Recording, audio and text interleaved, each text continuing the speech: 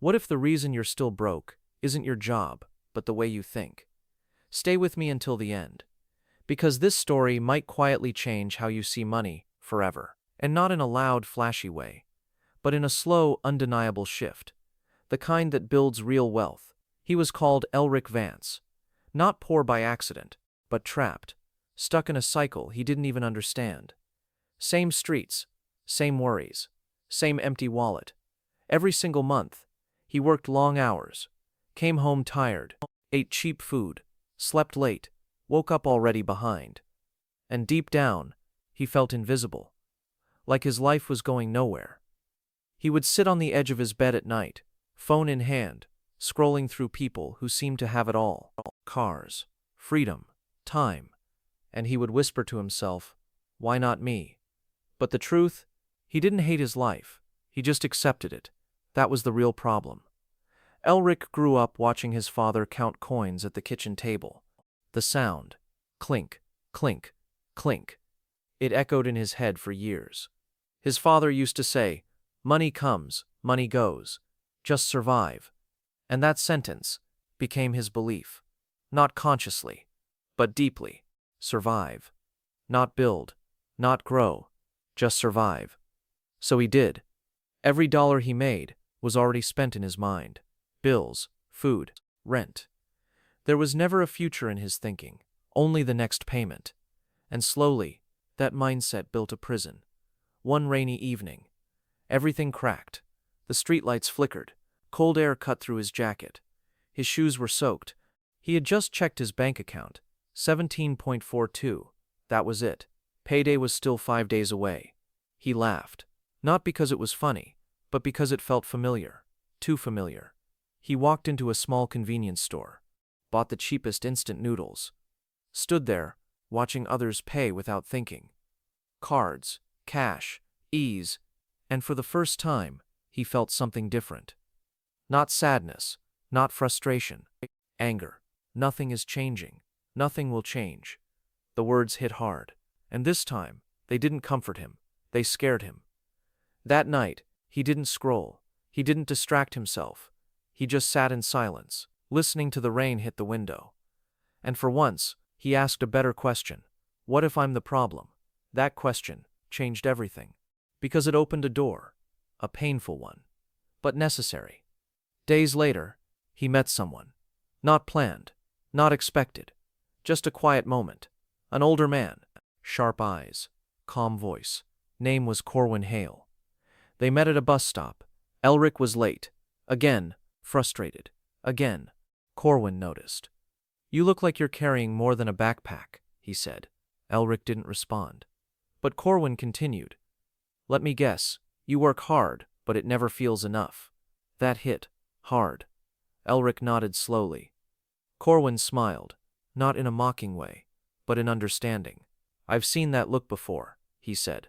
"I used to wear it." Something shifted. Elric leaned in. "Then what changed?" he asked. Corwin paused, looked straight at him, and said something simple.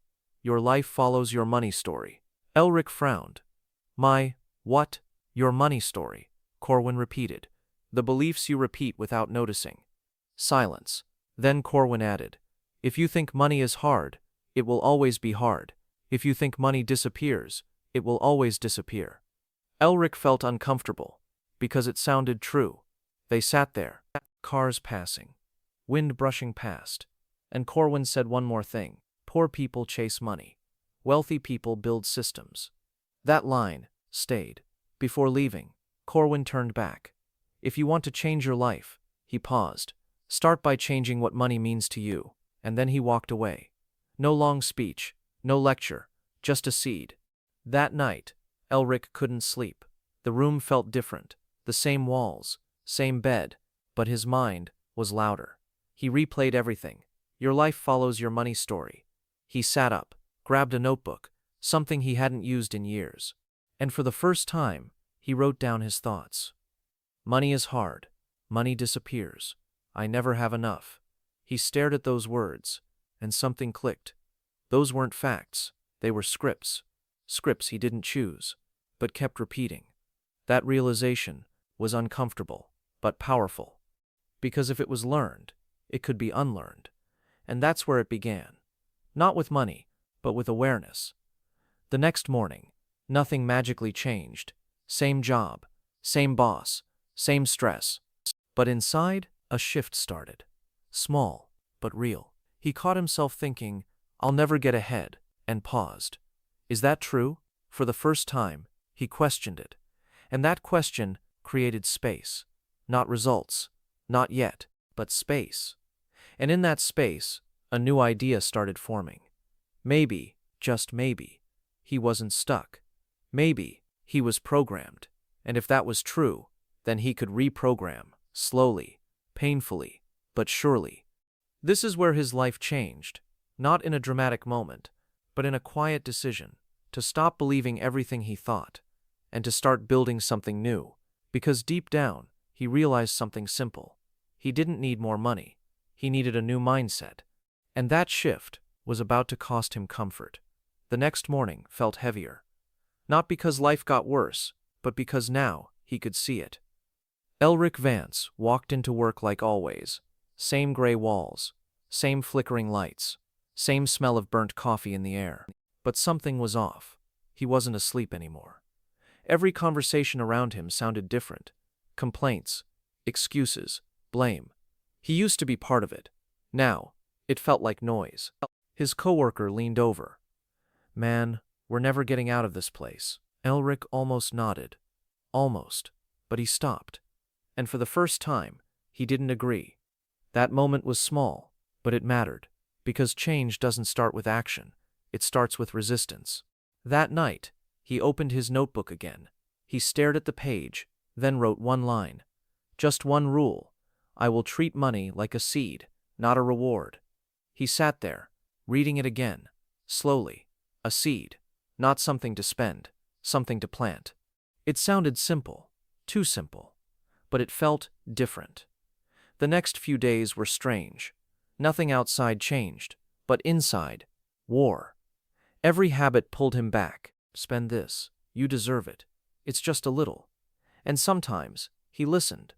One afternoon, he bought coffee he didn't need. $5. He sat there, holding the cup, and it didn't feel good. That was new. Before, spending gave relief. Now, it exposed something. A pattern. A leak. That was his micro-failure. Small, but revealing. He didn't punish himself. He just wrote it down. Why did I buy this? No answer at first. Then slowly, because I felt tired. Not because he needed coffee, but because he needed comfort. That changed everything. Because now, he wasn't fighting money. He was understanding himself. Days turned into weeks. Elric started doing something unusual. Every dollar he received, he paused, before spending. Before reacting. He would whisper, seed or escape. And sometimes, it hurt. Because choosing seed meant saying no. No to instant relief. No to quick pleasure. No to the life he was used to. One night, he sat in his dim apartment. The hum of a broken fan spinning above, heat pressing against his skin. And he looked at his small savings. $1.12. It wasn't impressive, but it was new. He had never saved like this before. And still, doubt crept in. What's the point? The number felt too small, too slow. And then, that old voice returned. Nothing is changing. Nothing will change. It echoed louder this time. Because now, he had something to lose. Hope. He leaned back, closed his eyes. And suddenly, a memory hit him. He was 10 years old, standing in a grocery store, holding a chocolate bar. He looked up at his father. Can I get this? His father hesitated. Then gently said, put it back. Not harsh, but tired. Elric remembered that feeling. Not anger, but limitation. Like the world had edges, and he lived inside them. That memory burned, because now he understood. It wasn't just about money. It was about identity. He wasn't just broke. He believed he was someone who stays broke. That night, he sat up straight and said something out loud. I'm not that person anymore. Silence filled the room, but something shifted. That was his identity line. Not loud, but powerful.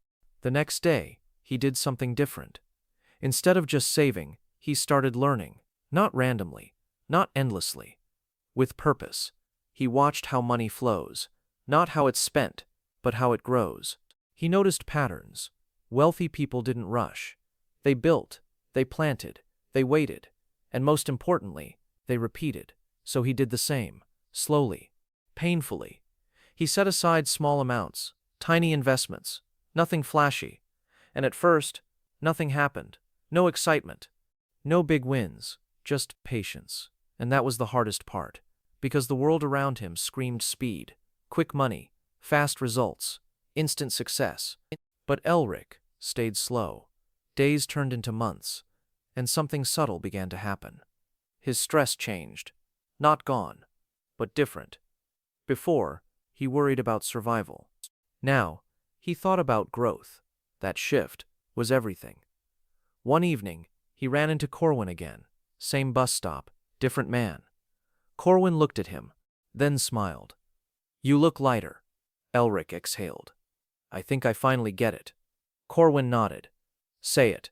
Elric paused, then said, "Money isn't the goal. Control is." Corwin's eyes lit up. "Now you're thinking." They stood there in silence. Then Corwin added, "Most people want more money, but keep the same habits." He leaned closer. "That's why they stay stuck." Elric nodded slowly. Because now, he could see it everywhere. Same income, same thinking, same results. Before leaving, Corwin said one last thing. "Growth feels boring. That's how you know it's working." And just like before, he walked away, leaving another seed. That night, Elric looked at his notebook again. Pages filled, thoughts changed, and at the very bottom, he wrote something new. "Discipline is my new freedom." That sentence felt heavy, but right, because for the first time, he wasn't chasing money, he was building a system. And systems don't lie, they grow, slowly, quietly, but powerfully. Still, the journey wasn't over, because the hardest part was coming next. Not earning more, not saving more, but becoming someone who can hold it. And that requires a deeper shift. Months passed, quietly. No celebration, no applause, just progress. Elric Vance didn't look rich, not even close. Same apartment, same worn shoes, same early mornings. But inside, everything was different. He no longer panicked when money left his hands, because now, he knew where it was going. He wasn't reacting anymore, he was directing. That alone changed his energy. People started noticing, not his money, his calm. His coworker asked one day, "Why don't you stress like before?" Elric smiled slightly. "I stopped treating money like an emergency." They laughed, but he meant it. Because once, every bill felt like danger. Now, it felt like a system doing its job. That shift was invisible, but powerful. Then something unexpected happened. An opportunity. Small, easy to ignore. A colleague mentioned a side project. Low pay, uncertain outcome. Old Elric would have said no. Too risky, too slow, not worth it. But new Elric paused. Seed or escape. He smiled. Seed. He took it. At first, it felt pointless. Late nights. Extra effort. Very little return. There were moments he doubted everything. One night, he stared at his screen, eyes burning. Room silent except for the faint buzz of electricity. And he whispered, "Why am I doing this?" No answer came, just silence. And then, that voice again. "Nothing is changing. Nothing will change." It tried to pull him back. But this time, he didn't believe it. Not fully. Because something inside him had grown stronger. Not confidence. Not yet. But discipline. So he kept going. Slow. Consistent. Days turned into more days. Then weeks.